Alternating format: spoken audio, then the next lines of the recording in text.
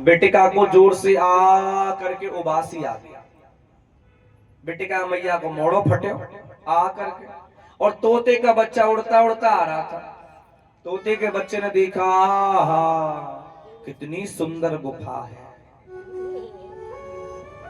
इससे अच्छी गुफा मुझे छुपने के लिए नहीं मिलेगी। सूक्ष्म रूप बनाया सुखदेव ने और बेटिका मैया के मुंह में प्रवेश कर गए और सीधे गर्भ में चले गए। शंकर भगवान आए हैं। शंकर भगवान ने देखा कि ये तो गर्भ में चला गया, लेकिन भोलेनाथ ने 12 साल वहीं पर रहकर इंतजार किया, ये कभी तो बाहर निकलेगा, और जब बाहर निकलेगा तभी मैं इसको मार दूंगा। लेकिन 12 वर्ष यानी 12 साल तक सुखदेव भगवान ने मातृ गर्भ में वास किया। अरे जिस गर्भ की पूरी दुनिया बुराई करती हो, उस गर्भ में सुखदेव भगवान ने 12 साल तक वास किया। भोले बाबा चले गए। बेटिका मैया फिर अपने पति वेद व्यास जी के पास गई। जाकर कहने लगी, अरे स्वामी, कभी कभी मेरे उदर, उदर कहते पेट को, मेरे उदर में से ऐसा लगता है मानो कोई वेद मंत्र पढ़ रहा हो। वेद व्यास कहते, देवी ऐसा लग रहा है कि आपके उदर में जरूर कोई ज्ञानी पुरुष आयो है। बेटिका मैया बोली, वो बात तो ठीक है, ज्ञानी है क्या ज्ञानी, पर बाहर क्यों ना आ रहो, 12 साल हो चुकी हैं। वेद व्यास बोले, 12 साल? हाँ। तो वेद व्यास ने कहा, बेटा आपकी माता श्री को कष्ट होता है, अब बाहर आ जाओ। सो बेटिका मैया के पेट में से ही आवाज आ गई, नहीं आऊंगा पिताश्री। अरे एक माता की गोदी से निकल के देख लिया है, अब इस माता के गर्भ से बाहर नहीं आऊंगा। क्यों? क्योंकि संसार में रहती है विष्णु भगवान की माया, मुझे पकड़ लेगी, मैं संसार में आना नहीं चाहता। वेद व्यास जी ने कहा, बेटा चिंता क्यों करते हो, मैं तुम्हें वचन देता हूं, तुम पर माया का असर नहीं होगा। लेकिन सुखदेव भगवान ने कहा, पिताश्री आपकी बात का कैसे विश्वास कर लो। हाँ, यदि मायापति भगवान विष्णु आकर मुझसे कहें कि बेटा सुखदेव तुझ पर मेरी माया का असर नहीं होगा, तो आ सकता हूं, अन्यथा नहीं आ सकता। तो मेरे भगवान को आना पड़ा था, और भगवान विष्णु ने आकर कहा, बेटा सुखदेव मैं तुम्हें वचन देता हूं कि तुम पर मेरी माया का कोई असर नहीं होगा। जैसे ही भगवान ने कहा, तुरंत सुखदेव भगवान ने जन्म ले लिया, और जन्म लेने के तुरंत बाद ऐसा लग रहा है मानो सुखदेव भगवान 16 वर्षीय है क्या, माने 16 साल के हैं क्या, जन्म लेने के तुरंत बाद। और सीधा सन्यास ग्रहण कर लिया, घर में रुके नहीं, जन्म लिया और सीधे सन्यास ग्रहण कर लिया। और वेद व्यास उनके पीछे दौड़ते भागते जा रहे हैं, अरे बेटा रुक, अरे सुखदेव रुक, अरे बेटा रुक, अरे बेटा रुक। तो वृक्षः अविनेधु, वृक्षों में टकराव हुआ, आवाज निकली, वेद व्यास किसको बेटा बना रहे हो, सुखदेव को? अरे ये तुम्हारे बेटा तो हैं, तुम्हारे घर में तुम्हारी पत्नी के गर्भ से इनका जन्म तो हुआ है, पर तुम्हारे घर में रहने के लिए नहीं, संसार कल्याण हेतु उनका जन्म हुआ है। संसार कल्याण हेतु इनका प्राकट्य, इनका जन्म हुआ है। वेद व्यास जी ने जाना कि अब मेरा बेटा लौट के नहीं आएगा, तो पुनः आ गए हैं लौट बद्रीनाथ धाम में अपनी कुटिया शम्यप्रास। इस प्रकार सुखदेव भगवान का जन्म हुआ, और जन्म लेते ही सन्यास ले लिया था उन्होंने, सन्यास।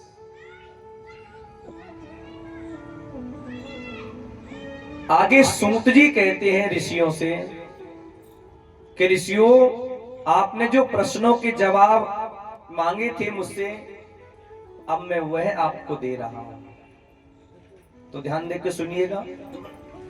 जो संतों ने प्रश्न किए थे ना, सूत जी उनके जवाब दे रहे हैं। पहला प्रश्न किया था कि मनुष्य के लिए, मानव के लिए परम धर्म क्या होता है। तो सूत जी जवाब दे रहे हैं। सूत जी कह रहे हैं कि मनुष्य के लिए सर्वोत्तम यदि कोई धर्म है तो वो धर्म है भगवान कृष्ण के चरणों में प्रीति होना, भगवान कन्हैया के चरणों में प्रीति होना। और प्रीति निष्काम होनी चाहिए, कोई कामना नहीं होनी चाहिए। ये मनुष्य का धर्म है। और दूसरा प्रश्न किया था कि मंदिर जब जावे तो कौन सा देवता श्रेष्ठ है, किसको पूजन किसको छोड़े। तो सूत जी महाराज ने सीधा जवाब दे दिया कि एके साधे सब सधे, सब साधे सब जाए। निष्ठा एक में रखो, विश्वास एक में करो, इष्ट एक को बनाओ और पूजन सबका करो।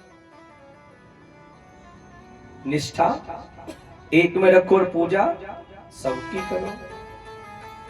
किसने मना किया? आपको पता होगा, आपने कथा सुनी होगी, जब रुक्मणी हरण हुआ था, भगवान कृष्ण माता रुक्मणी को हर कर लाए थे ना, तब रुक्मणी मैया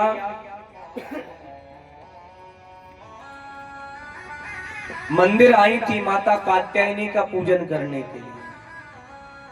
और रुक्मणी मैया पूजन तो कात्यायनी माता का कर रही हैं, आंखों के सामने मूर्ति है कात्यायनी माता की। राधे राधे। देखो कैसे घुट घुट के बतरा रही है दोनों जनी, देखो घुटर घूसी आ रही है। देखो भैया, एक आई एक चल देगा, कोई बात ना है, नंबर आना चाहिए बिनू को। बोलो राधे। तो अच्छा, हम क्या कह रहे थे, दोनों सहेलियों ने कथा और बुलवा दी। जी हाँ, तो दर्शन कर रही है माता रुक्मणी कात्यायनी माता का, पूजन कर रही है रुक्मणी मैया कात्यायनी माता का, और मन ही मन प्रार्थना कर रही है कि मुझे द्वारकाधीश पति रूप में प्राप्त हो जाए। तो पूजन किसका किया? कात्यायनी माता का, कात्यायनी माता का। पर मन ही मन किसको मांगा? द्वारकाधीश भगवान। तो एके साधे सब सधे, सब साधे सब जाए। निष्ठा एक में रखो, पूजन सबका करो। किसने मना किया? पूजन सबका करना चाहिए। और तीसरा प्रश्न था कि भगवान का नाम जब अजन्मा है तो जन्म कैसे हुआ, यही था ना। तो सुनो, भगवान का कभी जन्म नहीं होता महाराज, भगवान का कभी जन्म नहीं होता। भगवान के तो अवतार होते हैं, अवतार। और कितने अवतार हैं भगवान के? क्यों भैया, कितने अवतार हैं भगवान के? बोलो, आप बताओ भैया। हमें ना पता तो कौन है पता? फिर कोई तो 24, कोई 23 चक्कर का 24। हाँ, क्या बहन भैया लड़ पड़े दोनों। 24 अवतार। बहन भैया क्या लड़ गए? चलो देखो, वैसे भगवान के नाम तो 24 आता है, पर 23 हुए। अब कौन कौन से हुए वो सुनो। पहला अवतार हुआ है भगवान का चारों भाइयों के रूप में, शनक, सनंदन, सनातन और सनत कुमार। इन चारों भाइयों के रूप में पहला अवतार भगवान का हुआ है। दूसरा अवतार हुआ है भगवान का बरहा अवतार, जिन्हें सुगर कहते हैं। और तीसरा अवतार हुआ है भगवान का संत नारद अवतार। मैंने कहा था ना, भगवान का मन ही अवतार नारद है। ये तीसरा अवतार है। चौथा अवतार हुआ है भगवान का नर और नारायण भगवान के रूप में। पांचवा अवतार हुआ है भगवान का गंगा सागर। कौन कौन के हाथ उठाना?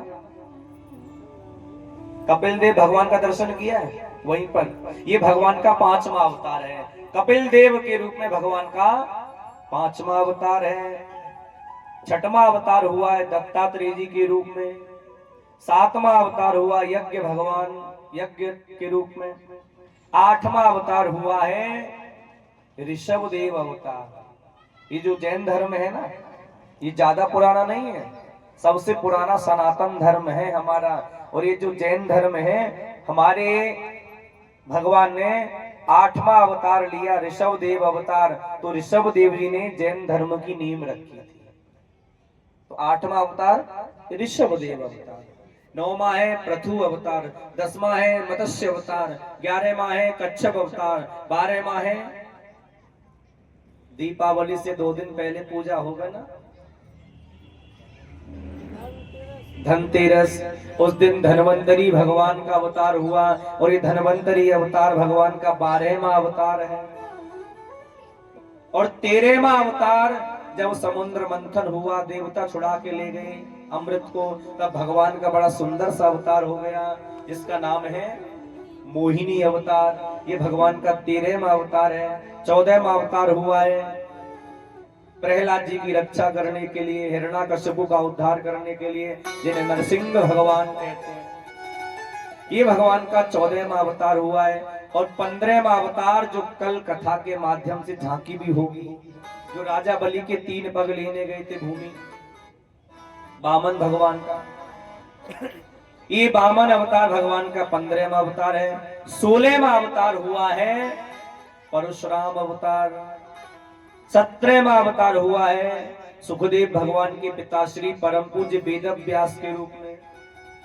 18वां अवतार हुआ है लक्ष्मण जी के बड़े भैया, क्या नाम है, श्री राम के रूप में। ये 18वां अवतार राम अवतार है। 19वां अवतार है शेष अवतार, जो बलराम जी ने हम कहते हैं शेष अवतार। और 20वां अवतार है हमारे भगवान कृष्ण का कन्हैया अवतार। 20वां 21वां अवतार है हरि अवतार। 22वां अवतार है हंस अवतार। 23वां अवतार है बुद्ध अवतार। बुद्ध अवतार ये 23 हो चुके हैं। और 24वां कल की अवतार जो हुआ नहीं, होने वाला है, संभल जिले में होगा। वो अब के संभल नगरी आवे गो, मेरो 1200 कन्हैया, मेरो 1200 कन्हैया, मेरो छोटो सो सवरिया।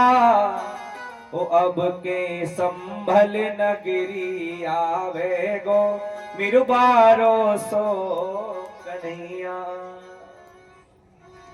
अब के आके हाथ में बांसुरी। अब बांसुरी लेके थोड़ी आएंगे भगवान, तलवार लेके आएंगे। जो भी दुष्ट और पापी दिखेगो ना, बाको सिर धरते अलग करते परमात्मा चलेंगे।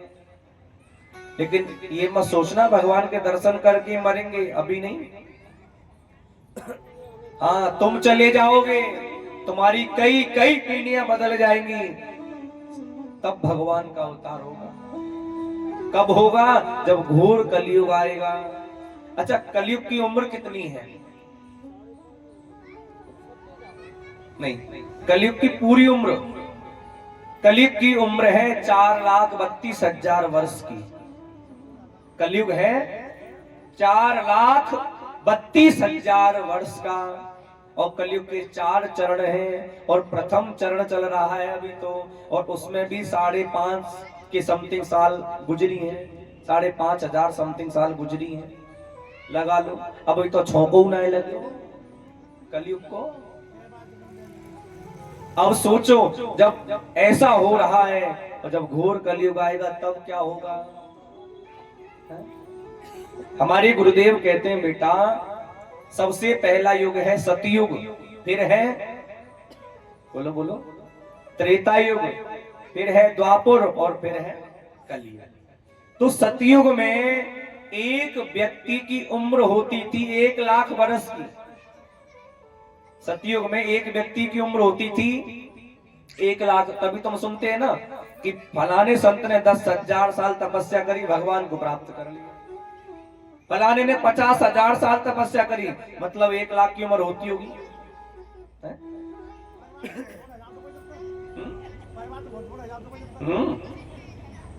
अब जब ये देखो, अगस्त ऋषि कृष्ण अवतार में भी थे और अगस्त ऋषि राम अवतार में भी थे। अब यही से अनुमान लगा लो भाई, अगस्त ऋषि राम अवतार में भी नाम आता है और अगस्त ऋषि का कृष्ण अवतार में भी 6वें दिन नाम आता है, मतलब थे ना। तो सतयुग में अब परिवार को क्या है, परिवार तो कलयुग में बड़ा है, 10-10 बालक, 12-12 बालक, 15-15 बालक होंगे, तो परिवार तो बड़े भाई बड़े हो सेठ जी। बोलो राधे राधे। तो सतयुग में एक व्यक्ति की उम्र होती थी 1,00,000 वर्ष की। धीरे धीरे करके सतयुग निकल रहा था, सो त्रेता युग आ रहा था। त्रेता युग आते आते मनुष्य की 1,00,000 वर्ष की उम्र में से एक जीरो घट गई। तो त्रेता युग में कितनी उम्र बची? 10,000। अब धीरे धीरे करके त्रेता युग भी निकल रहा था, सो द्वापर आ रहा था। द्वापर आते आते आते आते एक जीरो और घट गई। तो द्वापर में कितनी उम्र रह गई? बोलो 1,000। अब धीरे धीरे करके द्वापर भी निकल रहा था, सो कलयुग आ रहा था और कलयुग आते आते एक जीरो और खिसक गई, एक जीरो और हट गई। तो कितनी उम्र रह गई? 100 साल की, 100 वर्ष की। कौन सा युग है? 100। और ये कलयुग है और कलयुग में 100 वर्ष की उम्र बताई गई है। कलयुग में कम से कम 100 साल तो व्यक्ति को जीना ही चाहिए। 100 पैते ऊपर जी ले तो भगवान की कृपा है, लेकिन आजकल देखने को मिल रहा है 100 पे तो कोई बिरला ही पहुंच पा रहा है, नहीं 70 या 80 पर ही राधे राधे बोल जाता है। 70-80 पर ही राधे राधे बोल जाता है।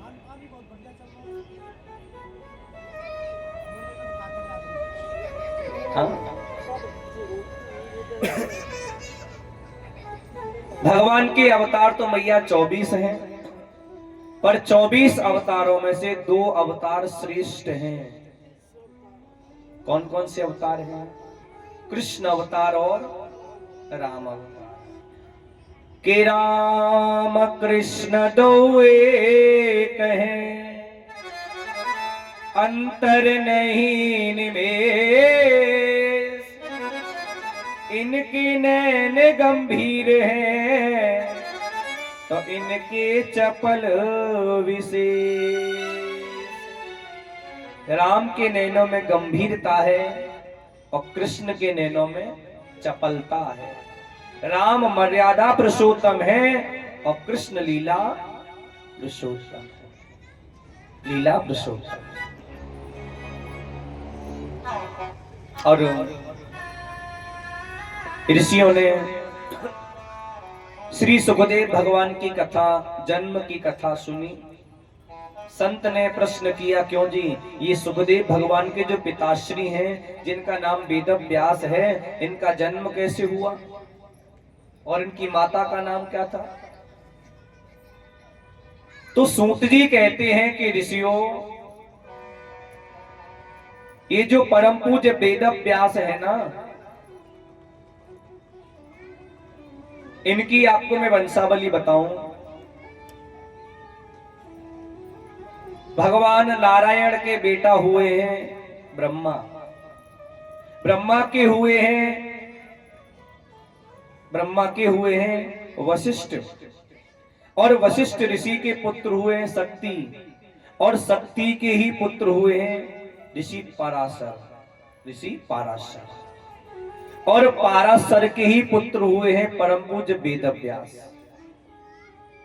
और जिस समय वेदव्यास का जन्म हुआ था, इनकी माता का नाम है सत्यवती। क्या नाम है? माता सत्यवती, यानी सुखदेव भगवान की दादी का नाम सत्यवती है। इनका जन्म हुआ, जन्म होकर बड़े हुए, और बड़े होकर जब ये सन्यास लेना चाहते थे वेदव्यास, और जंगल में जाने लगे, तो इनकी माता श्री ने पकड़ लिया इनको और कहा, बेटा मैं तुम्हें नहीं जाने दूंगी जंगल में।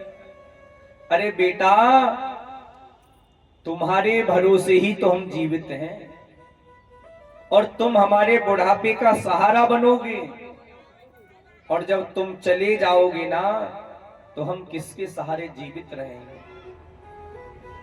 तब परम पूज्य वेदव्यास जी ने अपनी माता सत्यवती से कहा, मां अभी मुझे जाने दो, पर जब भी तुम मुझे याद करोगी ना, ये दास तुम्हारे चरणों में समर्पित हो जाएगा।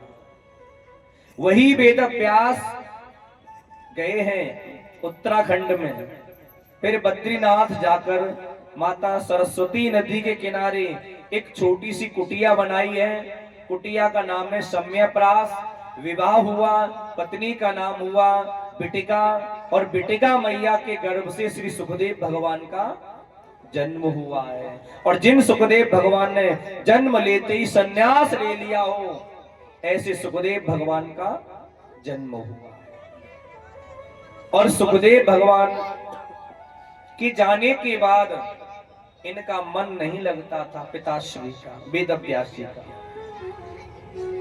तो कुछ ब्राह्मण के बालकों को बुला लिया विद्या अध्ययन कराने के लिए, फिर भी मन नहीं लग रहा। तो नारद जी के कहने पर इन्होंने एक वेद की रचना करी है, और जिन्होंने पहले वेद को लिखा उसका नाम है ऋग्वेद। ऋग्वेद लिखने के बाद दुनिया संसार को दे दिया, पर पढ़ता कोई नहीं है, और पढ़ भी ले तो अर्थ का अनर्थ कर दे। तो उसी वेद के 3 खंड और कर दिए, तो वेद हो गए हमारे 4, ऋग्वेद, यजुर्वेद, सामवेद और अथर्ववेद। ये 4 वेद हमारे हुए हैं। 4 वेद लिखने के बाद 17 पुराण लिखे हैं, 6 उपनिषद लिखे हैं। इतना सब लिखने के बाद भी वेदव्यास जी के मन में संतुष्टि नहीं आई, संतुष्टि नहीं। तब नारद जी ने कहा कि आपके मन में संतुष्टि आएगी भी कैसे? अरे तुमने सब कुछ लिख दिया, पर वास्तविक जो पाना चाहते हैं संसार के लोग, वो तो आपने लिखा नहीं। बोले क्या पाना चाहते हैं? बोले आपने श्रीमद् भागवत महापुराण की रचना तो करी नहीं। फिर 18 में पुराण के रूप में श्री वेदव्यास जी ने श्री भागवत महापुराण की रचना करी है। 18 में नंबर पर लिखी गई है भागवत कथा, लेकिन इसका प्रताप देखिए, इसका संता प्रताप देखिए। 18 में नंबर पर लिखी गई और अब आज 5वें नंबर पर पहुंच चुकी है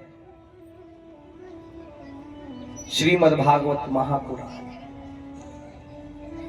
इस प्रकार वेदों की रचना हुई, पुराणों की रचना करी, और नारद जी के कहने पर श्रीमद् भागवत महापुराण की रचना करी है। बोलिए भक्त वत्सल भगवान की जय हो। जय जय श्री राधे श्याम। देखिए यहां से आगे जो कथा आ रही है ना, वो महाभारत की कथा है। और मुझे ऐसा लगता है कि महाभारत की कथा में प्रवेश होने से पहले 2 मिनट भगवान के नाम का संकीर्तन हम लोग करें, और एक सुंदर सा भजन नृत्य का, और सभी लोग नृत्य करते हुए बड़े भाव से चले। आइए। और मुझको माधव का सहारा मिल गया। मेरी किश्ती को किनारा मिल गया, मुझको माधव का सहारा मिल गया। मुझको माधव का सहारा मिल गया।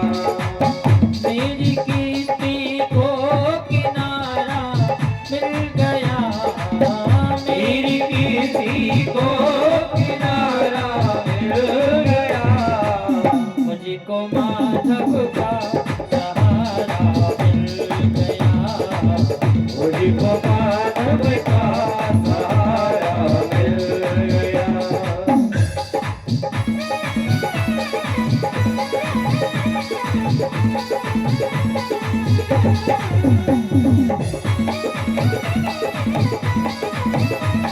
हे हरि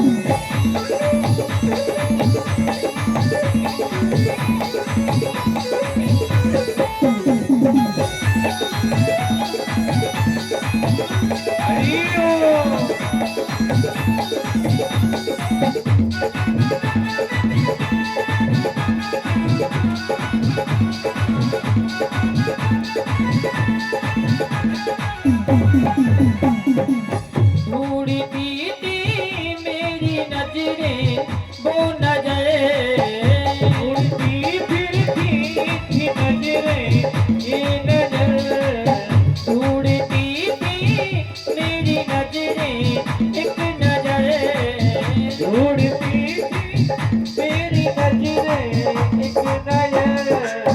प्यासी नजरों को नजारा मिल गया, प्यासी नजरों को नजारा मिल गया।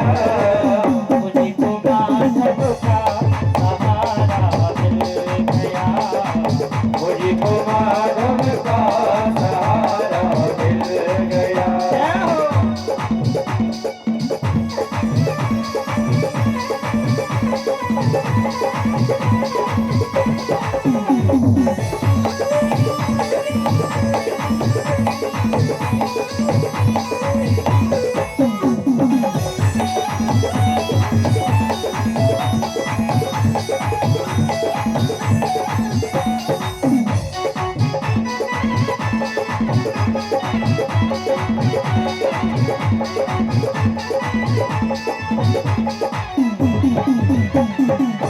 मैं किसी के द्वार जाऊं किस लिए, मैं किसी के द्वार जाऊं किस लिए, मैं किसी के द्वार जाऊं किस लिए, मैं किसी के द्वार जाऊं किस लिए।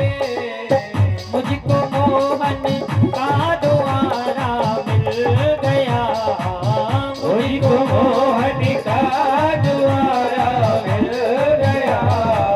मुझको माधव का सहारा मिल गया, मुझको माधवी का सहारा मिल गया।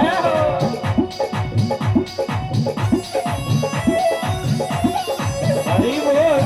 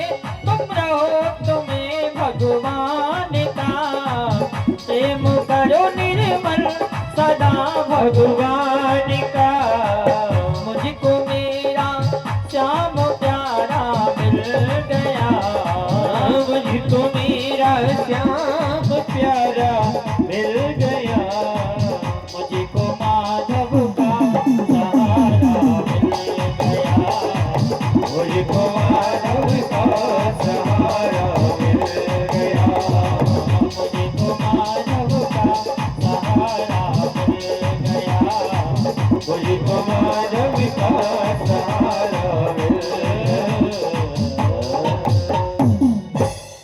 तो वत्सल भगवान की जय। जय जय श्री राधे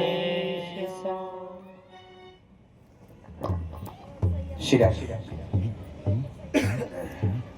और देखो यहां से आगे महाभारत की कथा है, लेकिन एक बात मैं आपसे पूछना चाहता हूं। लोग कहते हैं, सुना है मैंने कईयों के मुंह से, लोग कहते हैं कि घर में महाभारत की पुस्तक नहीं रखनी चाहिए। क्यों? क्योंकि घर में महाभारत की पुस्तक या किताब रखने से घर में महाभारत चालू होती है। सही है? क्यों जी? सही है ना? घर में महाभारत रखने से घर में महाभारत चालू होती है। और या भैया बिना रखी ही महाभारत हो रही है, उसका क्या? आप कह रहे हो रखने से चालू होती है, और ऐसे ऐसे घर मैंने देखे हैं जहां बिना रखी ही महाभारत हो रही है। इसमें भी कृष्ण है और इसमें भी कृष्ण है। खैर ये लोगों की अपनी अपनी भ्रांति है, कोई क्या कहे कोई क्या कहे, हमें इससे मतलब नहीं है। हमारे मन में जो है हम तो बस वो करने करेंगे। बाकी ये लोग कहते हैं ना कि महाभारत नहीं रखनी चाहिए, महाभारत होती है घर में, तो भैया बिना रखी है रही है तो उसका क्या होगा?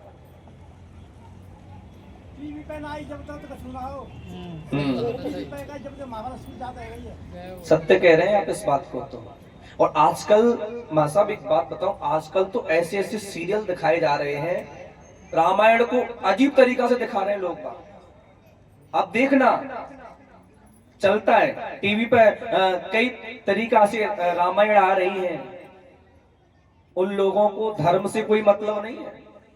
क्षमा चाहता हूं किसी को बुरा लगे तो, जो सीरियल बना रहे हैं टीवी पर आ रहे हैं, उन लोगों को धर्म से मतलब नहीं है, उन लोगों को बस पैसे से मतलब है। अगर धर्म से मतलब होता ना तो रामायण जैसी थी वैसी ही बनाते। हाँ।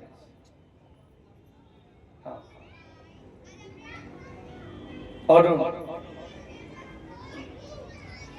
चलो छोड़ो, जो जैसा कर रहा है सब परमात्मा देख रहा है। लोग क्या करते हैं, जब लोग बुरा कर्म करते हैं ना मां साहब, तो इधर उधर देखते हैं लेकिन ऊपर देखना भूल जाते हैं कि ऊपर से भी हमें कोई देख रहा है। लेकिन ध्यान देना, संसार में जरूरत के लोग चंद मिलते हैं महाराज। संसार में जरूरत के लोग चंद मिलते हैं, और आ जाती है सिर पर मुसीबत तो अपनों के भी दरवाजे बंद मिलते हैं, अपनों के भी दरवाजे बंद मिलते हैं उस समय।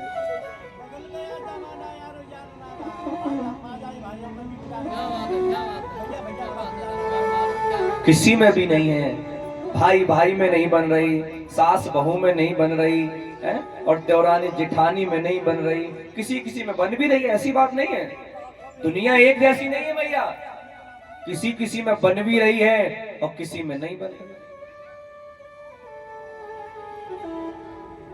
हमारे घर भी 2 बहू हैं महाराज, आप तो जानते ही हैं। मेरी शादी को 7 साल होके 8वीं चल रही है, उसको 4-5 साल हो गई है। मजाल किसी दोनों में ऐसे रहा हो, शायद बहन बहन भी नहीं रह सकती, ऐसे वो दोनों देवरानी जेठानी रहती हैं। हमारी श्रीमती और छोटे भैया की पत्नी, शायद बहन बहन भी नहीं रह सकती, ऐसे रह रही हैं वो। पर किसी में बन रही है, किसी में नहीं बन रही। संसार एक जैसा नहीं है, 5 उंगलियां एक जैसी नहीं है महाराज। तो महाभारत में कौरव और पांडवों का युद्ध चल रहा था। देखो कौरव और पांडवों का जो युद्ध था ना, वो खामा-खा युद्ध था। किसी पड़ोसी से नहीं था, किसी रिश्तेदार से नहीं था, किसी और से नहीं था, ये तो आपस का ही मैटर था। और खामा-खा का युद्ध था, वो भूमि के ऊपर युद्ध था। और इस खामा-खा के युद्ध में जाने कितनी बहनों के भाई मारे गए हैं। इस खामा-खा के युद्ध में कितनी माताओं के बेटे मारे गए, कितनी माताओं की कोख उजड़ गई, कितनी पत्नियों के तो मांग का सिंदूर ही चला गया, कितने छोटे छोटे बच्चों के सिर से उनके पिता का साया उठ गया इस युद्ध से। कौरव और पांडवों का युद्ध चल रहा था। जितने भी कौरव हैं वो सबकी सब मारे गए थे। केवल एक बचा है, नाम है दुर्योधन। केवल दुर्योधन बचा है। और दुर्योधन की भी जंघा को आदरणीय भीमसेन ने गधा के प्रहार से तोड़ दिया था। रणभूमि में जंघा टूटी है, रणभूमि में दुर्योधन पड़ा है और धीरे धीरे धीरे करके उसका रक्त निकल रहा है, रक्त निकल रहा है। और दुर्योधन का एक सखा है, दुर्योधन का एक मित्र है, नाम है अश्वत्थामा। अश्वत्थामा, अच्छा अश्वत्थामा जो था ना वो पांडवों के गुरु द्रोणाचार्य का ही बेटा था। और इसकी माता का नाम था गौतमी। क्या नाम था? माता गौतमी नाम था इसकी माता। तो अश्वत्थामा ने मन में विचार किया कि घोड़े पर बैठकर मैं रणभूमि में जाऊं और ये देख कर आऊं कि कितने वीर पांडवों की तरफ से मारे गए और कितने वीर कौरवों की तरफ से मारे गए। अश्वत्थामा घोड़े पर बैठ गया, रणभूमि में पहुंचा है और देखता हुआ जा रहा है अश्वत्थामा। ये पांडवों का वीर है, ये कौरवों का वीर है, ये पांडवों का है, ये कौरवों का है। ऐसे देखता देखता अश्वत्थामा जा रहा था। अचानक अश्वत्थामा के कानों में किसी के कराहने की आवाज आई है, किसी के रोने की आवाज अचानक अश्वत्थामा के कानन में पड़ी है। और जहां से रोने की आवाज आ रही थी ना, अश्वत्थामा वहां गया है। जाकर देखा तो उसका मित्र दुर्योधन पड़ा है, जंघा टूटी है और धीरे धीरे करके रक्त निकल रहा है। अश्वत्थामा गया दौड़कर, अरे मित्रवर, ये तुम्हारी ऐसी हालत किसने करी, मुझे बताओ। दुर्योधन कहता है, अरे मित्रवर अश्वत्थामा, मुझे कुछ नहीं चाहिए, पूरा राज्य आप ले लो, पूरा वैभव आप ले लो, हर चीज मेरी आप ले लो, पर कैसे भी ना कैसे करके इन 5 पांडवों को मार दो। अरे हम 100 भाई थे, सबकी सब वीर गति को प्राप्त हो गए। मेरा एक बेटा बचा था, वो भी कल वीर गति को प्राप्त हो गया। मेरे सब भाई वीर गति को चले गए, लेकिन 5 पांडव जीवित एक भी नहीं गया। कुछ भी ले लो, कुछ भी करके मित्रवर इन 5 पांडवों को मार। अश्वत्थामा कहता है, अरे मित्रवर, जिन 5 पांडवों को मारने के लिए तुम 100 भाई निरंतर प्रयास करते रहे, कैसे मारे कैसे मारे, कभी लाक्षागृह में जलाकर मारे, कभी देवी द्रौपदी को नग्न करके बेइज्जत करके मारना चाहा, कभी अज्ञातवास देकर, कभी 12 वर्ष का वनवास देकर। लेकिन तुम बाल भी बांका नहीं कर पाए 5 पांडवों का, बल्कि उन्होंने तुम 100 भाइयों को वीर गति तक पहुंचा। अश्वत्थामा कहता है मैं यही तो कह, दुर्योधन ने कहा मैं यही तो चाहता हूं कि हम 100 मर गए उनमें तेको न मरे, कैसे भी ना कैसे करके 5 पांडवों को मार दो। अश्वत्थामा गया है पांडवों को मारने के कार्य, लेकिन एक बात बताएं आपको, जिसका रक्षक मेरा गोविंद हो, जिसकी रखवाली मेरा कृष्ण करता हो, उसका कोई बाल भी बांका नहीं कर सकता। कि जाको राखे साइया और मार सके ना कोई, बाल न बांका कर सके, चाहे जो जग बेरी हो। जिसका रक्षक मेरा गोविंद हो, कन्हैया जिनकी रखवाली करते हो, उनको कोई मार सकता है भला? 5 पांडव तांड पट्टा सो रहे हैं गहरी निद्रा में, 5 पांडव, और भगवान कृष्ण सोते हुए 5 पांडवों की पहरेदारी कर रहे हैं। भगवान कृष्ण ने हाथ में छड़ी ले रखी है, इधर से उधर जाते हैं, उधर से इधर आते हैं, फिर इधर से उधर ऐसे घूम रहे हैं भगवान कृष्ण। अचानक से अर्धरात्रि पर अर्जुन की नींद खुली है, नींद। अर्जुन ने देखा केशव, अर्जुन दौड़ कर गए, केशव आप सोए नहीं अभी तक, आपको नींद नहीं आई? भगवान मुस्कुराकर कहते हैं अर्जुन आपको नींद आ रही है क्या? आप सोना चाहते हो क्या? तो अर्जुन ने मुस्कुराकर आंखों में जल भरकर कहा, केशव जब जीवन की भाग दौड़ की डोरी हे माधव आपके चरणों में बांधी, फिर हमें किस बात का डर है? हम तो तांड पट्टा सोएंगे, बुरा हो भला हो अच्छा हो कैसा भी हो, हे नाथ अब तो आपको ही देखना है, केशव आपको ही देखना है।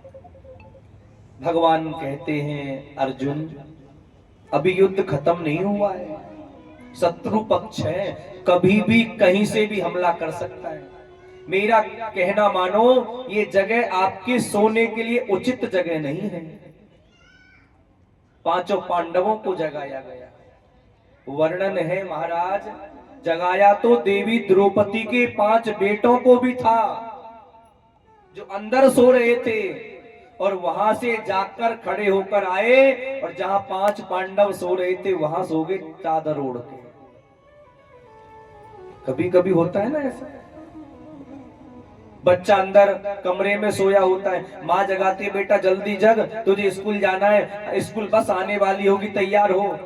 बच्चा कमरे में से बेड पे से उठकर आ जाता है, बाहर आके सोफे पे सो जाता है। होता है ना कभी कभी ऐसा। ऐसे ही उन पांडवों के बच्चों के साथ में हुआ, बेटाओं के साथ में हुआ, अंदर सो रहे थे, जगाया उनको भी था, पर जहां पांडव सोए थे वहां सो गए। कई बार कहा भगवान ने, पांडवों ने नहीं गए, भगवान पांडवों को लेके वहां से चले गए। अर्धरात्रि है, अश्वत्थामा का आगमन हुआ। अश्वत्थामा ने देखा कि 5 पांडव तांड पट्टा सो रहे हैं, लेकिन वो पांडव नहीं थे, वो तो देवी द्रौपदी के 5 बेटा सो रहे थे। पांडवों को तो भगवान कब के ले जा चुके। तो उस अश्वत्थामा ना समझने चादर हटा के नहीं देखा कौन है कौन नहीं, नहीं, तलवार निकाली और धड़ाधड़ धड़ाधड़ धड़ाधड़ धड़ाधड़ 5 के सिर धड़ से अलग कर दिए, 5 का प्राणांत कर दिया अश्वत्थामा। फिर बाहर निकल के आया है, मन में सोच रहा है कि आज दुर्योधन को बताऊंगा कि जिन पांडवों को मारने के लिए 100 भाई प्रयास कर करके मर गए, बाल भी बांका नहीं कर पाया, आज मैंने मार दिया। अश्वत्थामा ने सोचा जब मैं दुर्योधन को बताऊंगा कि मैंने 5 पांडवों को मार दिया तो मेरी बात पर विश्वास नहीं करेगा अश्वत्थामा। यही कहेगा अरे तूने 5 पांडवों को मार दिया है, कोई प्रमाण है, कोई प्रूफ है? तो क्या प्रमाण दूंगा? अंदर गया नासमझ और बिना देखे और केस पकड़ पकड़ कर एक चादर में 5 के सिर रख लिए और पोटली बनाकर कंधे पे धर कर ले गया अश्वत्थामा दुर्योधन के पास में। अश्वत्थामा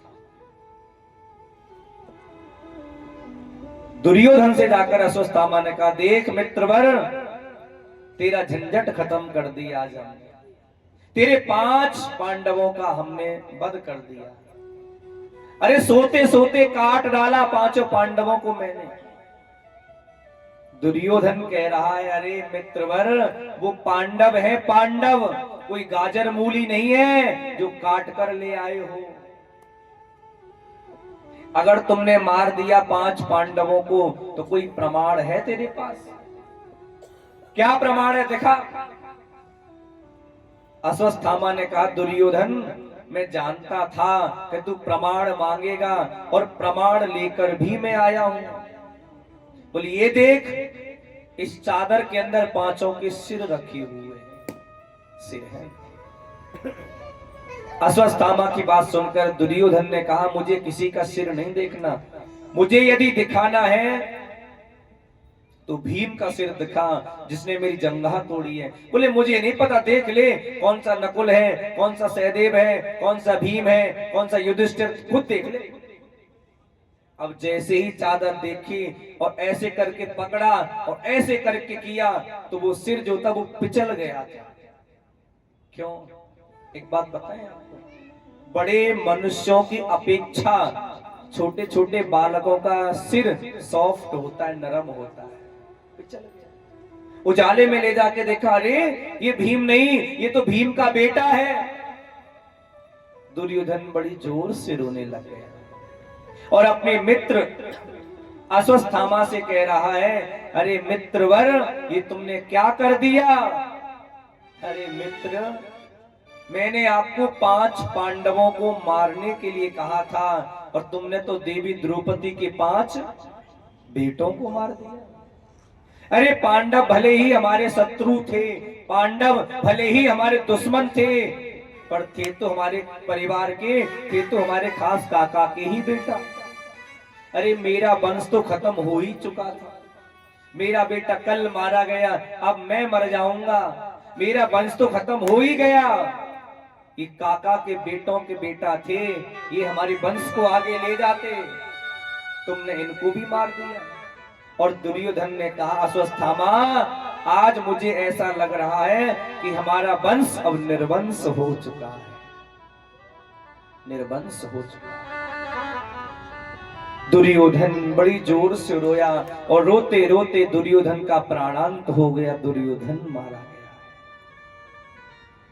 इधर सुबह हुआ, देवी द्रौपदी को पता चला कि उसके 5 अबोध बेटों को मार दिया गया है। देवी द्रौपदी रो रही है, क्रंदन कर रही है, जैसे गाय रमाती है ना बच्चे के लिए, ऐसे आज देवी द्रौपदी रो रही है। रोते रोते कह रही है, अरे क्या बिगाड़ा था मेरे 5 अबोध बेटों ने, सोते सोते मार दिया। अरे सोते हुए व्यक्ति को जगाना भी पाप है, या सोते सोते मार दिया। अरे लड़ना तक नहीं जानते, झगड़ना तक नहीं जानते, मेरे बेटे, और सोते सोते मार दिया। देवी द्रौपदी कहती है, अरे मैं कितनी अभागिन हूं, मैं कितनी अभागिन हूं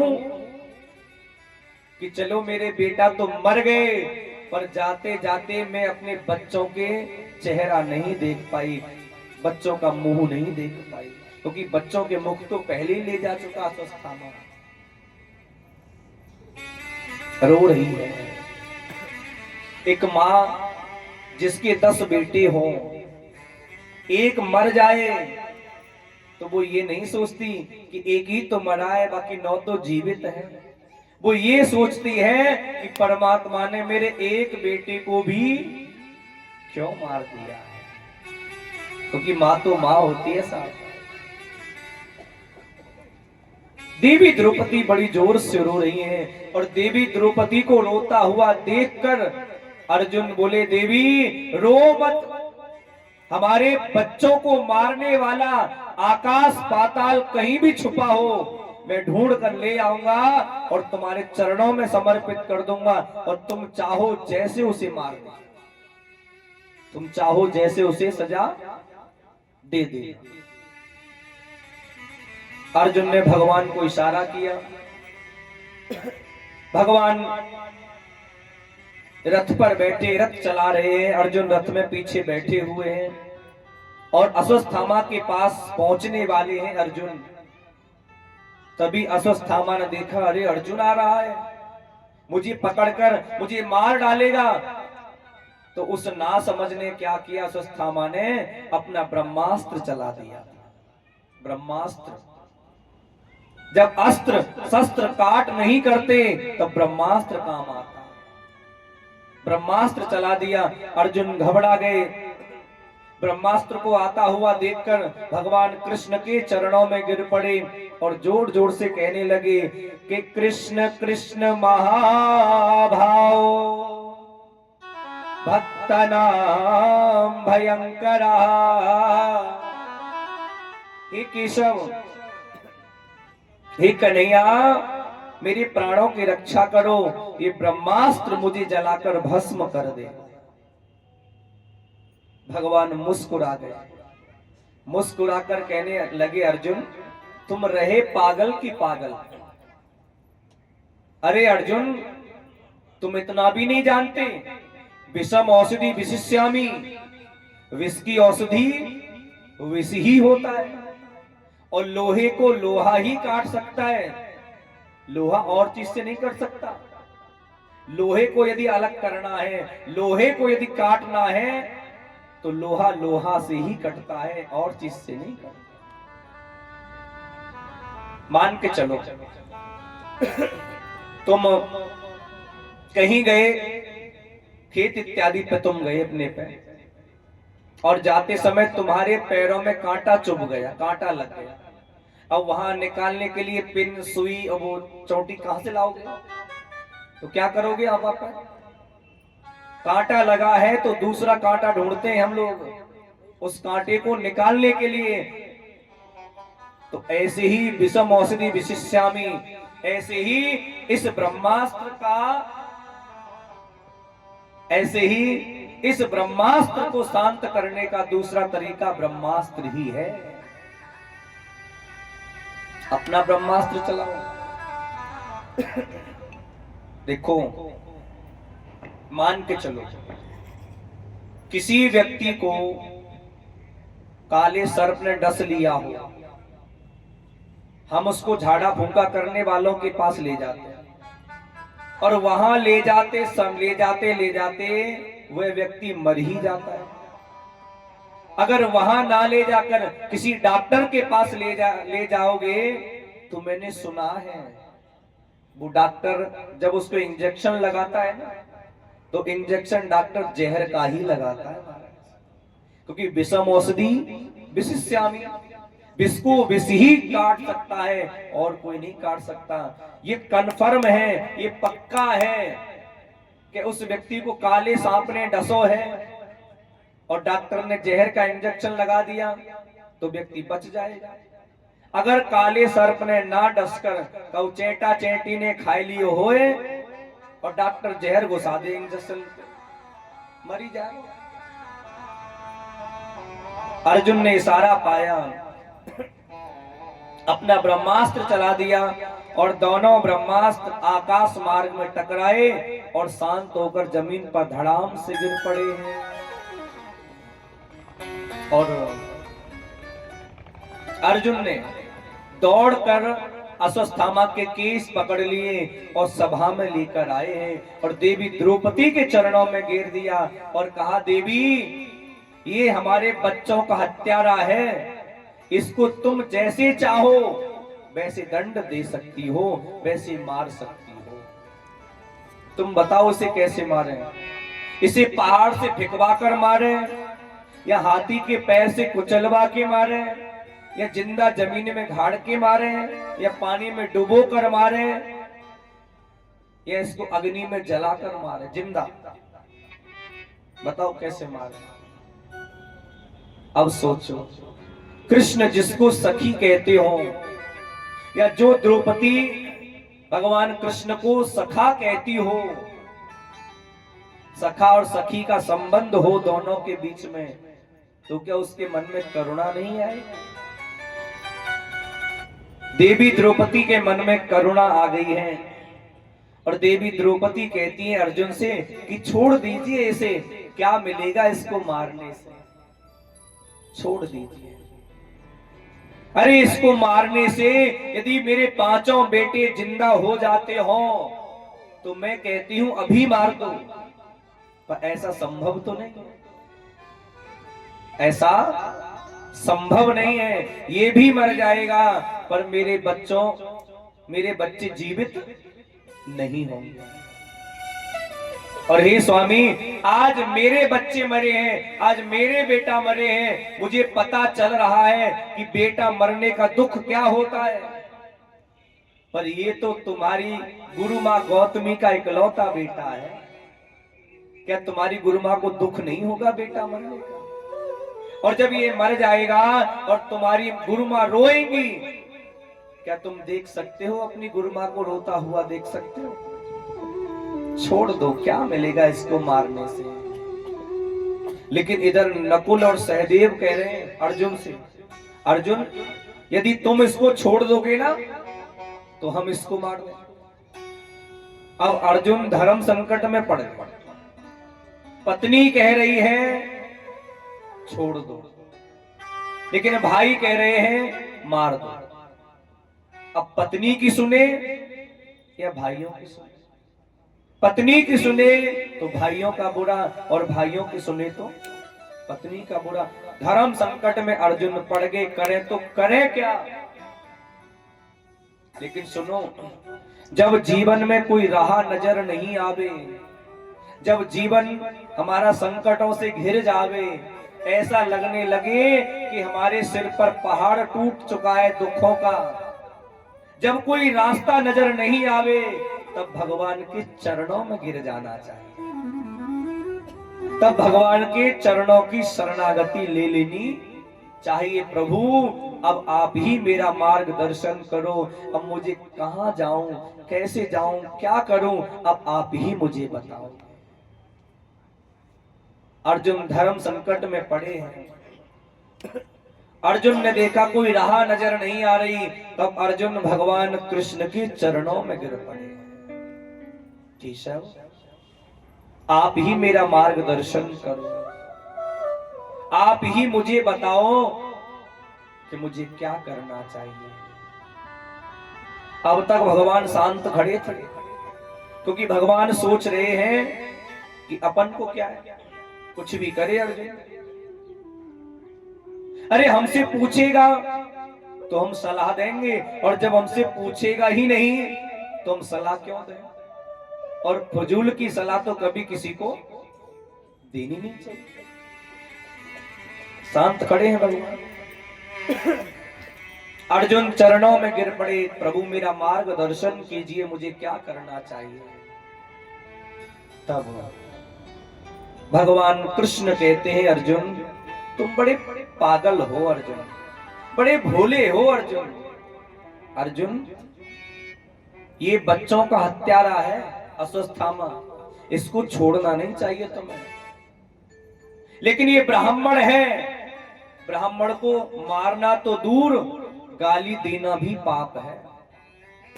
ये बच्चों का हत्यारा है, इसे छोड़ोगे तो तुम्हें पाप लग जाएगा, लेकिन ये ब्राह्मण है, इसे मारोगे तो तुम्हें पाप लग जाएगा। इसने तुम्हारे 5 बेटों को मारा है और तुम ये पकड़ में आ गया है। अगर इसे छोड़ दोगे तो तुम्हें महापाप लगेगा, लेकिन ये ब्राह्मण है, इसे मारोगे तो तुम्हें महापाप लग जाएगा। इसलिए इसको छोड़ो भी, मारो भी और छोड़ो। सन्नाटा छा गया पूरी सभा में, करे तो करे क्या। सन्नाटा छा गया।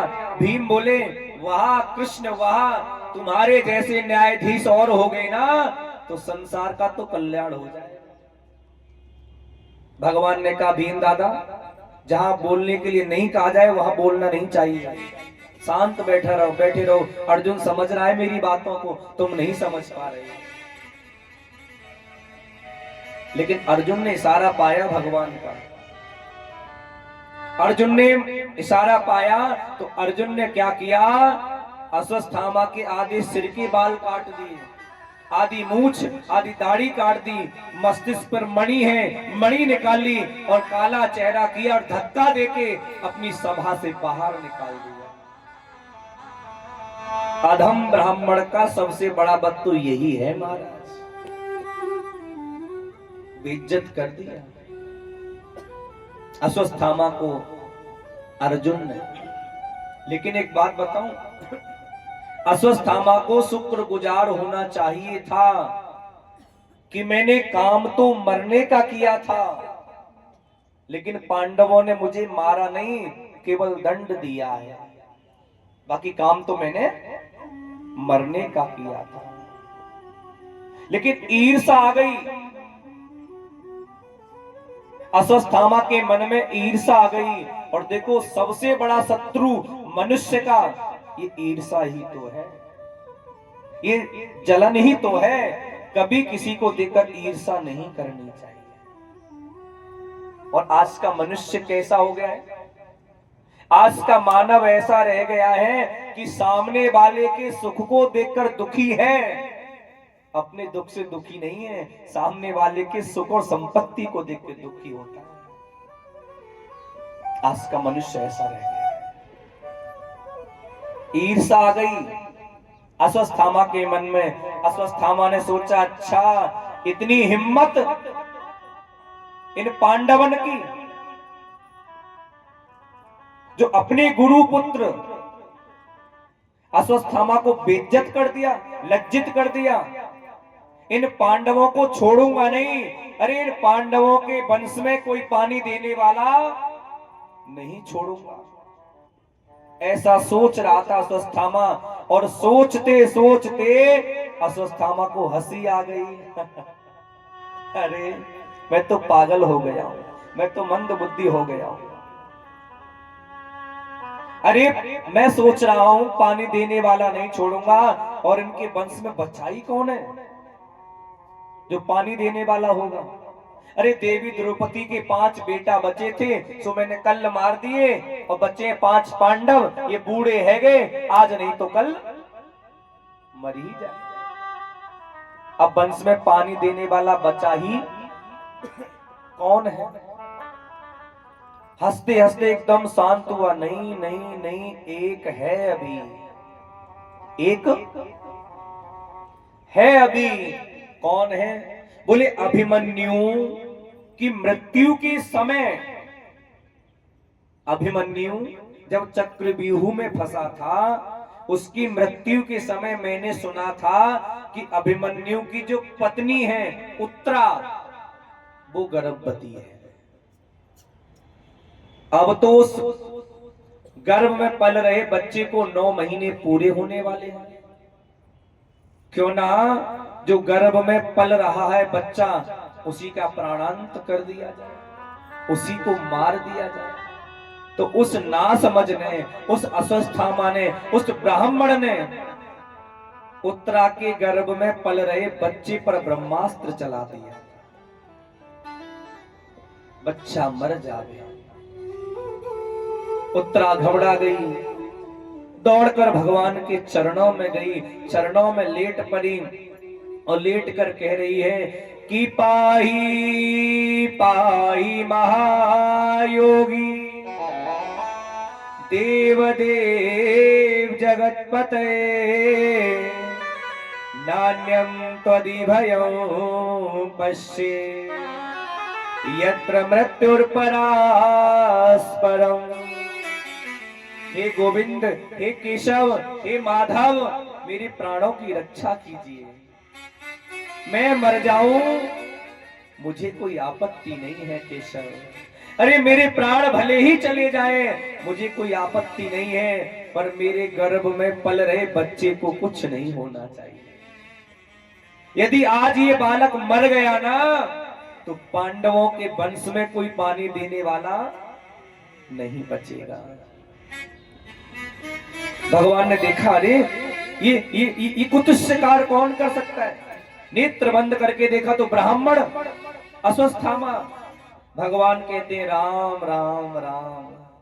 अरे जिस ब्राह्मण को मैंने अपना ब्रह्मांड बताया है, जिस ब्राह्मण को मैंने अपना ही स्वरूप दे दिया है, उसी ब्राह्मण ने इतना कुत्सित कार्य किया।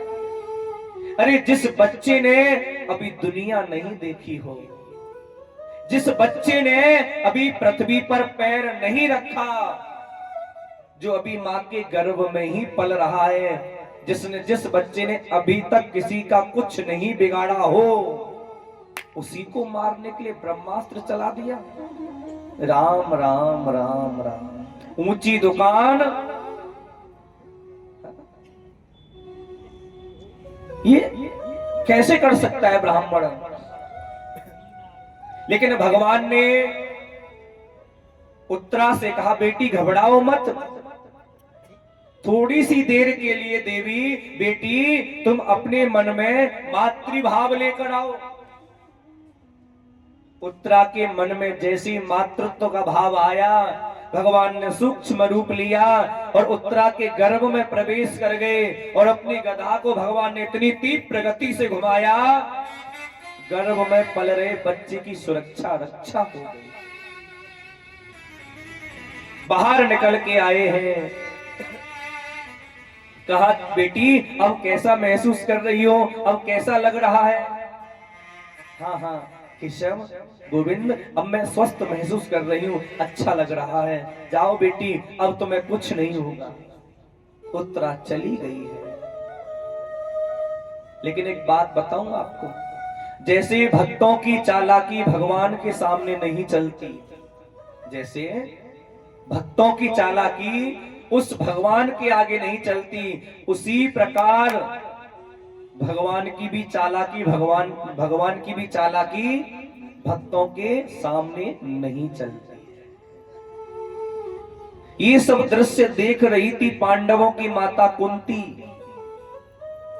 बाहर निकल के आई हैं, भगवान के चरणों में गिर पड़ी, केशव कन्हैया तुम मेरे परमात्मा बनकर आए हो, मेरे लिए भगवान बनकर आए हो। केशव आज तुमने मेरे वंश को निर्वंश होने से बचा लिया है। चरणों में माता कुंती गिरी हैं भगवान के। भगवान कहते अरे भुआ क्या कर रही हो, पागल हो गई हो क्या। अरे मैं भगवान भगवान नहीं हूं भुआ, मैं तो आपका भतीजा हूं, वो भी सबसे छोटे वाला। कुंती मैया रो रही हैं, रोते रोते कह रही है केशव तुम्हारा यही नाटक तो बड़ा विचित्र है। किसी को भुआ बनाते हो, किसी को फूफा बनाते हो, किसी को मैया बनाते हो, किसी को बाबा बनाते हो, किसी को भैया बनाते हो, किसी को ताऊ चाचा बनाते हो, लेकिन परमात्मा ये कैसे भूल जाते हो केशव, सबके परवावा तो आप ही हो, ये कैसे भूल जाते हो। आप तो परमात्मा कृष्ण भगवान बनकर मेरे जीवन में आए हो, जो मेरे वंश को निर्वंश होने से बचाया है। भगवान कहते हैं भुआ वैसे तो हम भगवान भगवान कछु हतना है, पर तुमने मोए भगवान बता दियो है ना, और भगवान जब आता है तो भगवान से कुछ ना कुछ मांगा जाता है, और तुमने मुझे भगवान बताया तो मांगो क्या चाहिए। तब पांडवों की माता कुंती ने कहा, नहीं नहीं केशव, मुझे कुछ नहीं चाहिए। भगवान ने कहा, नहीं भुआ, कुछ ना कुछ तो मांगनो ही पड़ेगा। मांगो, क्या चाहिए? पांडवों की माता कुंती कहती, केशव क्या मांगो, सब कुछ तो मुझे दे रखा है। राजमाता कहलाने का अधिकार मुझे मिल गया, 5-5 बेटाओं की माता होने का सौभाग्य मुझे मिल गया, और सबसे बड़ी चीज तो केशव मुझे ये मिली है कि तुम मेरे सामने खड़े हो और मैं तुम्हारा दर्शन कर रही हूं। सबसे बड़ी तो चीज मुझे ये मिली। भगवान ने कहा, नहीं बुआ, कुछ ना कुछ तो मांगना ही पड़ेगा। तो भगवान के बार बार कहने पर पांडवों की माता कुंती ने अपनी साड़ी का पल्लू फैला दिया था, झोली कर दी। केशव, देना चाहते हो ना? कन्हैया, देना चाहते हो ना? तो एक ही वरदान दे दो। भगवान बोले, बोल बुआ क्या चाहिए? बुआ, तेरी मांगने में देरी हो सकती है पर मेरी देने में देरी नहीं हो सकती। पांडवों की माता कुंती ने कहा, कन्हैया देना चाहते हो ना तो मेरी झोली में दुख भर दो, मेरी झोली में कष्ट भर दो, मेरी झोली में परेशानियां भर दो, मेरी झोली में विपत्ति भर दो। एक विपत्ति मेरे सिर से हटे ना तब तक दूसरी विपत्ति मेरे सिर पे आ जावे। दुख दे दो, विपत्ति दे दो केशव। तब भगवान कृष्ण कहते, बुआ, गुस्से में आकर, बुआ तुमने जीवन भर भोगा ही क्या है? अरे आज तुम राजमाता बनी हो, तुम राजमाता कहलाने योग्य तुम बनी हो, और आज मैंने तुमसे मांगने के लिए कहा, तुमने दुख मांग लिया। बुआ मुझे याद नहीं है कि तुमने जन्म लिया और आज तक एक भी दिन सुख से व्यतीत किया, आज तक। जरा गौर डाल के देखिए कुंती के जीवन परिचय पर। कुंती कौन थी? कुंती का नाम कुंती नहीं था, कुंती का नाम है प्रथा। क्या नाम है? प्रथा। और ये बटेश्वर के मुखिया सूरसेन की बेटी है प्रथा। सूरसेन जी के एक बेटी हुई है और एक बेटा जिनका नाम है वसुदेव। और सूरसेन जी का एक बहुत घनिष्ठ मित्र है, दोस्त है, और उसका नाम है कुंती भोज राजा। कुंती भोज के बेटा ही बेटा थे, बेटी कोई नहीं थी, और कुंती भोज को बेटियां बहुत पसंद थी। तो एक दिन कुंती भोज राजा जो थे वो सूरसेन जी के यहाँ पर आए। प्रथा बहुत छोटी थी उस समय और खेल रही थी आंगन में, और कुंती भोज राजा को प्रथा इतनी पसंद आ गई तो अपने मित्र से कहा, मित्रवर तुमसे कुछ मांगो, दे दोगे? कहा मांगो? बोले मुझे आपकी बेटी प्रथा चाहिए, अपनी बेटी बनाकर ले जाना चाहता हूं। राजा ने दुखी मन होकर दे दिया। सूरसेन जी ने अपनी बेटी प्रथा को, नाम है प्रथा, कुंती भोज लेकर गए, नाम कुंती रख दिया। और एक छोटा बालक इतना तो समझता ही है कि मेरा जन्म कहाँ हुआ है और मेरा लालन पालन कहाँ हो रहा है। यदि बच्चे का लालन पालन दूसरी जगह होता है तो निश्चित रूप से वह बच्चा दुखी रहता है। कुंती बड़ी हो गई, कुंती का विवाह हुआ तो ऐसे पुरुष के साथ जो जन्मजात से पीलिया का रोगी था, महाराज पांडु। बचपन से दुखी, कोई सुख नहीं, विवाह हुआ, पति मिल गया, उस पति का भी कोई सुख नहीं, उस पति का भी कोई सुख नहीं, क्योंकि पांडु महाराज को ये श्राप है कि जब भी तू अपनी पत्नी के पास सहवासना की कामना से जाएगा, तेरे सिर की तुरंत तेरी मृत्यु हो जाएगी। पत्नी का भी कोई आप पति का भी कोई सुख नहीं कुंती मैया को, और ऊपर से सौतन आ गई माधुरी, ऊपर से सौतन आ गई। लेकिन भला हो दुर्वासा ऋषि का, जब कुंती कुंवारी थी तो कुछ मंत्र देकर गए, बेटी जिस देवता का आह्वान करेगी उसी देवता से तुझे पुत्र पैदा हो जाएगा। 3 देवताओं को अपने लिए बुलाया और 2 देवताओं को माधुरी के लिए बुलाया। तो नकुल सहदेव माधुरी के हैं, नकुल और सहदेव माधुरी के हैं, और 3 इनके हैं, युधिष्ठिर, भीम और अर्जुन, ये कुंती। और एक बार क्या हुआ, माधुरी इतनी सुंदर थी कि महाराज पांडु अपनी वासनाओं पर कंट्रोल नहीं कर पाए और माधुरी के पास चले गए, और जैसे ही माधुरी को सहवासना की जरिए से टच किया, छुआ, उनका प्राणांत हो गया। भरी जवानी में माता कुंती विधवा हो गई। पति गया, पति के साथ जो सौतन माधुरी थी वो सती हो गई थी। अब 5 बच्चों का भार अकेली माता कुंती पर आ गया। एक ऐसी विधवा जो 5 बेटों को पाल रही है, जो कौरव है गांधारी के 100 बेटा है, वो इन 5 को मारने का षड्यंत्र रचते रहते हैं, कैसे मारे कैसे मारे कैसे मारे कैसे मारे। कितनी विषम परिस्थिति से गुजरकर माता कुंती ने 5 पांडवों को पाल पोस कर बड़ा किया। इतना भारी संग्राम युद्ध हुआ, इतना भारी युद्ध हुआ है। सोचो, एक विधवा स्त्री जो अकेली है, सिर पर 5 बेटों का भार हो, कैसे पाल पोस के बड़ा करेगी। और ऐसे बच्चों को लोग मारना चाहे, बचा बचा कर छुपा छुपा कर पाले। भगवान कहते हैं, माता बुआ, आज आपको राजमाता कहलवाने का अधिकार मिला, तुमने दुख मांग लिया, मैं नहीं दे सकता। कुंती ने कहा, प्रभु जब दुख नहीं दे सकते ना, तो मोह ममता की डोरी को तोड़ दो, दुख नहीं दे सकते।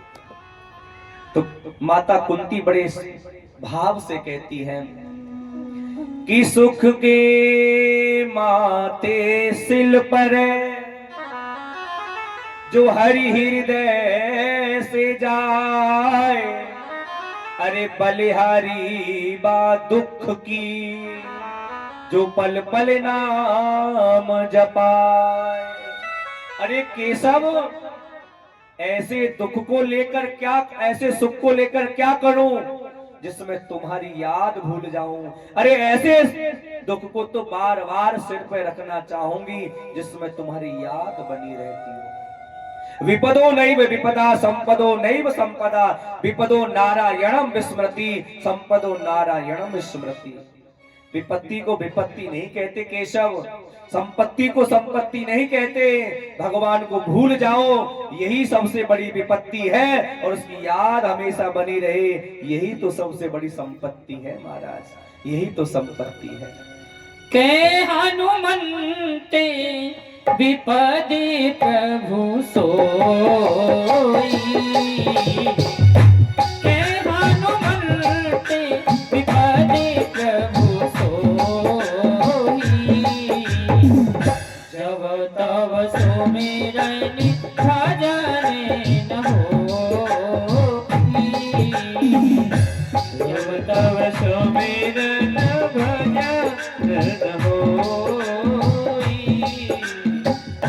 राम ही केवल प्रेम प्यारा, जाने ले हो कोई जाने हारा। राम सिया राम सिया राम सिया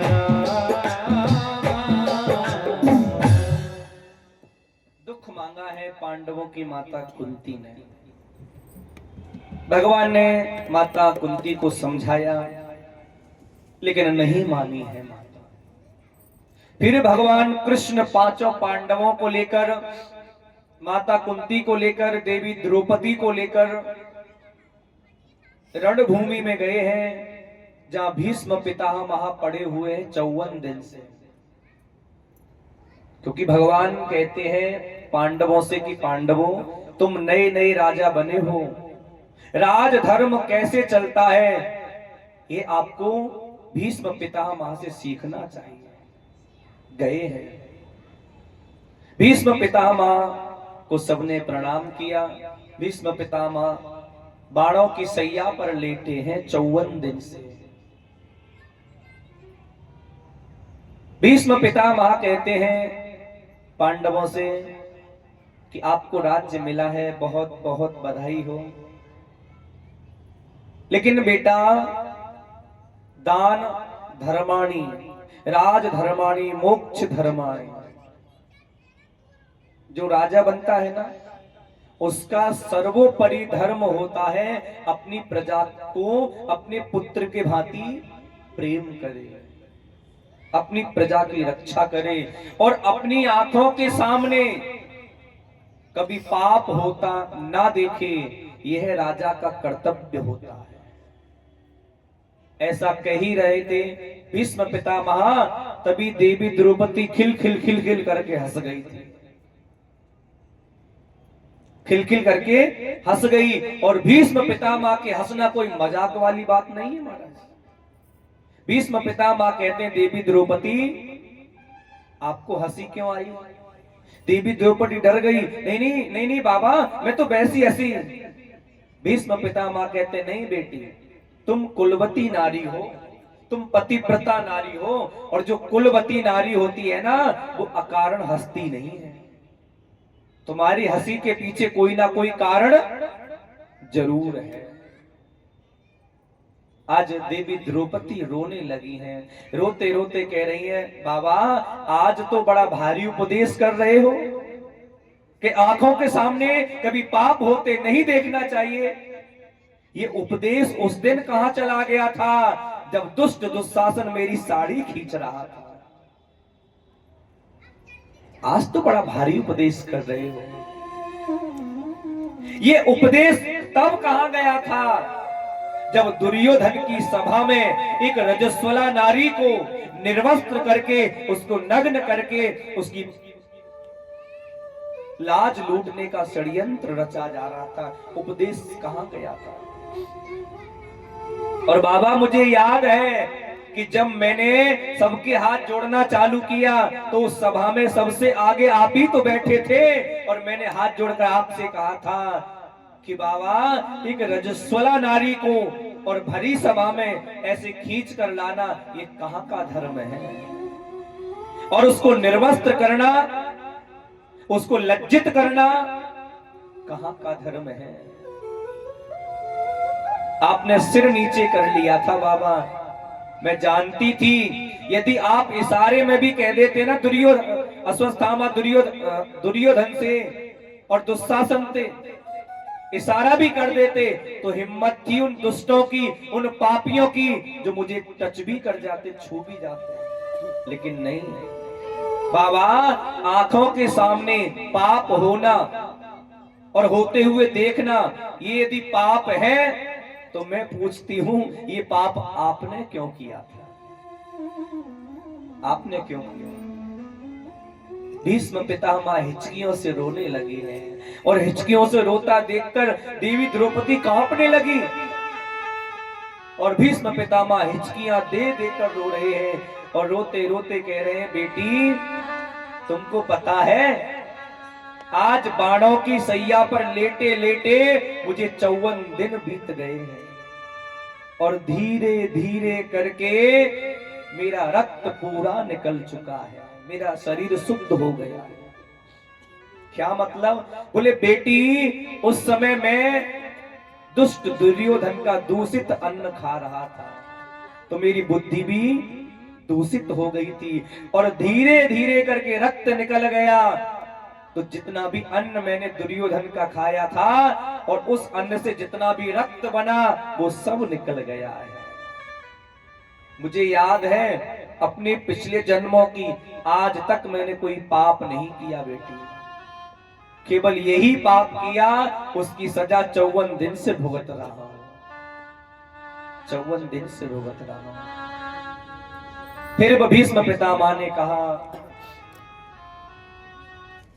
कि अब मुझसे कोई बात नहीं करेगा, मैं केशव से बात करना चाहता हूं, मैं गोविंद से बात करना चाहता हूं 2 बार। भगवान ने कहा कहिए क्या कहना चाहते हो? तो भीष्म पितामह ने कहा केशव, मैं जानता हूं कि जो लीला है ना सब आप की ही रचाई हुई है, लेकिन केशव मेरी एक बेटी है। भीष्म पितामह कह रहे हैं केशव मेरी एक बेटी है और उस बेटी का विवाह मैं आपसे करना चाहता हूं। पांडव कहने लगे अरे ये तो बाल ब्रह्मचारी रहे हैं, इनकी बेटी कहां से आ गई? बाबा आपकी बेटी कौन? बोलो शांत हो जाओ, मेरी सांसारिक बेटी नहीं है, मेरी बुद्धि है ना, यही मेरी बेटी है और बुद्धि रूपी बेटी का विवाह मैं भगवान से करना चाहता हूं। केशव मेरी बुद्धि रूपी बेटी को अपने चरणों की दासी बना लो, मेरी बुद्धि आपके चरणों में हमेशा लगी रहे, ऐसी कृपा करो। भगवान ने कहा भीष्म पितामह से कि भीष्म जी आपको तो इच्छा मृत्यु का वरदान है, आपको तो इच्छा मृत्यु का वरदान है, आप चाहो जब तक जिंदा रह सकते हो, ऐसी मरने मारने वाली बात क्यों कर रहे हो? तब भीष्म पितामह कहते हैं केशव कि देहांत काले तुम सामने हो, मुरली बजाते मन को लुभाते। देहांत काले, अरे प्रभु मरते समय जब आपका दर्शन हो रहा हो और ऐसी अच्छी मृत्यु को छोड़कर कोई क्यों जीना चाहेगा?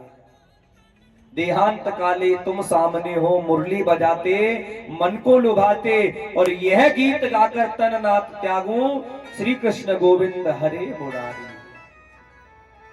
ये जिह्वा पर गीत आवे, जब मेरे प्राण तन से निकले तो गोविंद आपका दर्शन एक बार हो जावे बस। इतना तू करे ना स्वामी, जब वो प्राण तन से निकले, इतना तो करना स्वामी, जब प्राण तन से निकले। और आप सभी करें भगवान से गोविंद नाम लेकर, गोविंद नाम लेकर, जब प्राण तन से निकले, इतना तो करना स्वामी, जब प्राण तन से निकले, इतना तो करना स्वामी। हे केशव बस इतनी कृपा कर देना, जब ये प्राण निकले तो निकलने से पहले हे केशव आपका दर्शन हो जाए, मैं खुशी खुशी मरूं और मरते समय आपका दीदार एक बार हो जाए, तो मैं शांति से मर सकता हूं, वैकुंठ पा सकता हूं।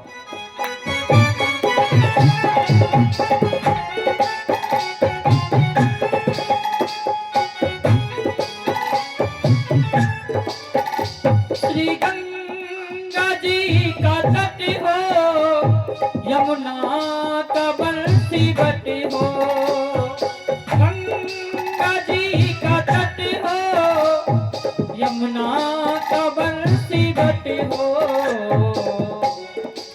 ओ मेरा सामरा निकट हो, मेरा सावरा निकट हो, जब प्राण तन से निकले, इतना तो करना स्वामी, जब प्राण तन से निकले, गोविंद नाम लेकर, गोविंद नाम लेकर, जब प्राण तन से निकले, इतना तो करना स्वामी,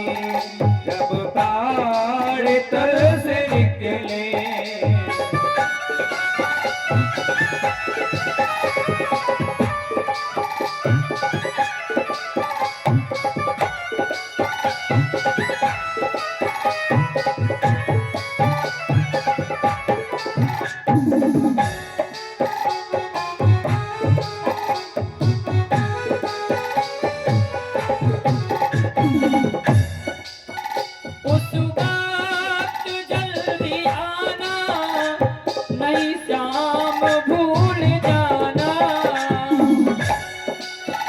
उस वक्त जल्दी आना, नहीं श्याम भूल जाना। ओ मुरली की धुन सुनाना, मुरली की धुन सुनाना, जब प्राण तन से निकले तो करे न स्वामी, जब प्राण तन से निकले नाम लेकर, जब प्राण तन से निकले तो करे न स्वामी, जब प्राण तन से निकले नाम लेकर, जब प्राण तन से निकले तो करे न स्वामी, जब प्राण तन से निकले। जब प्राण कंठ आवे, कोई रोग ना सतावे, जब प्राण कंठ आवे, कोई रोग ना सतावे,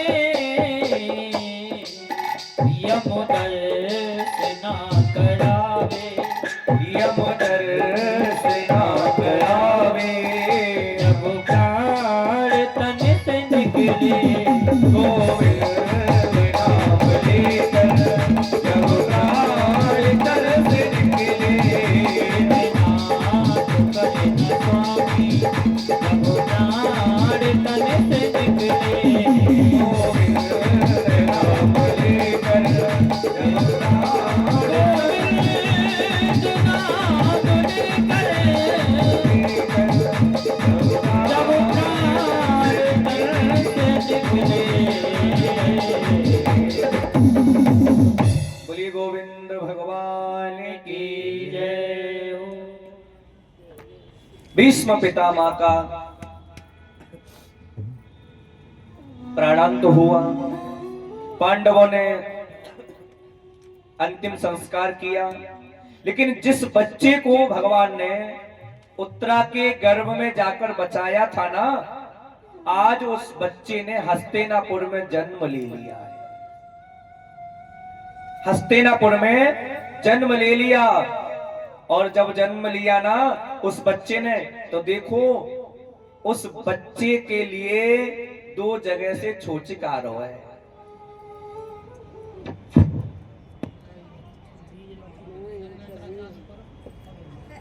अच्छा डीजल मांगा आएगो जा आएगो डीजल देख लो डाल दियो। श्री कृष्ण गोविंद हरे मुरारी, हे नाथ श्री कृष्ण गोविंद हरे मुरारी, हे नाथ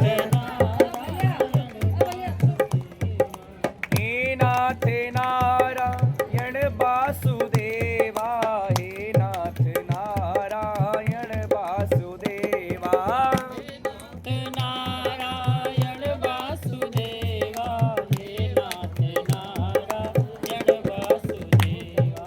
श्री कृष्ण सभी गाइएगा। हरे मुरारी, हे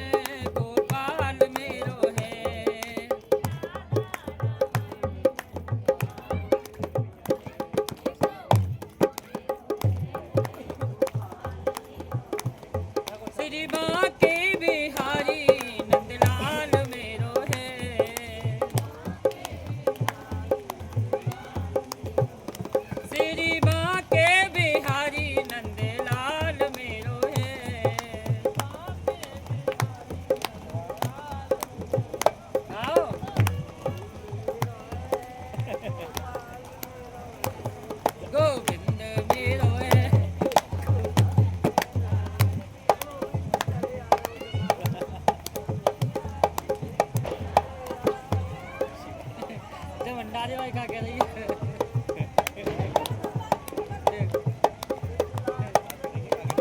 तुम्हारा नहीं पकड़ती हूँ मैं।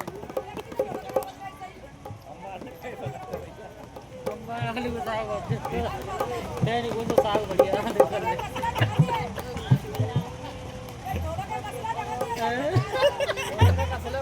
क्या बता रहे हो? तुम्हारी कौन सा साग बढ़िया लगा दो। चाबी खो गई है।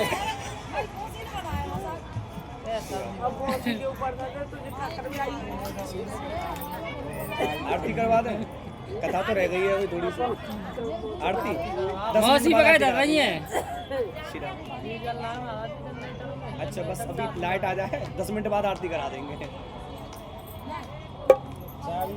तब तक गोविंद मेरो है, गोपाल मेरो है, गोविंद मेरो है, कसरी लाला काल मेरो है, श्री बाके बिहारी नंदलाल मेरो है, श्री बाके बिहारी नंदलाल मेरो है।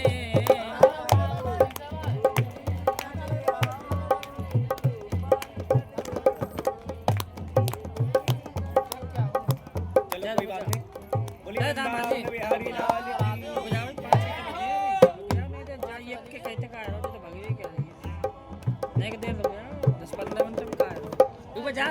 लगवाया डीजल ना डीजल मंगा लिया हमने।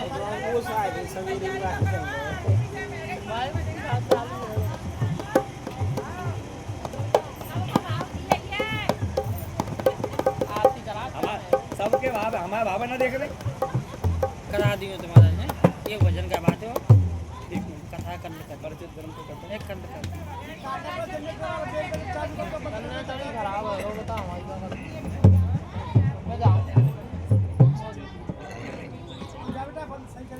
एक कर ले दे रो तो डीजल हो आज ही दे दियो तुरंत के तुरंत अभी ये ले जावे।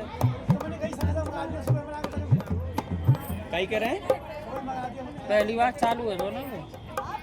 अब चालू हो रहा है या कथा में पहली बार ये काय डीजल निकाल रहे हैं सब रे या हमारा पहली बार चालू है।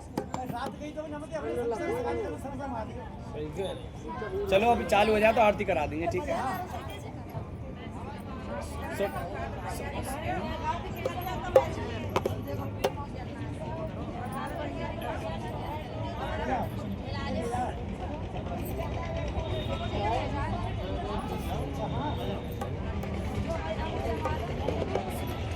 ये बड़ी लपक हो हमारा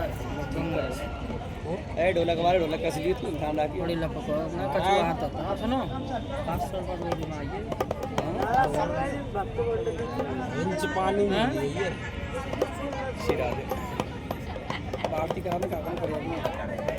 ये भजन गा ले आरती करा भजन कब करेंगे? ए रुक जाओ।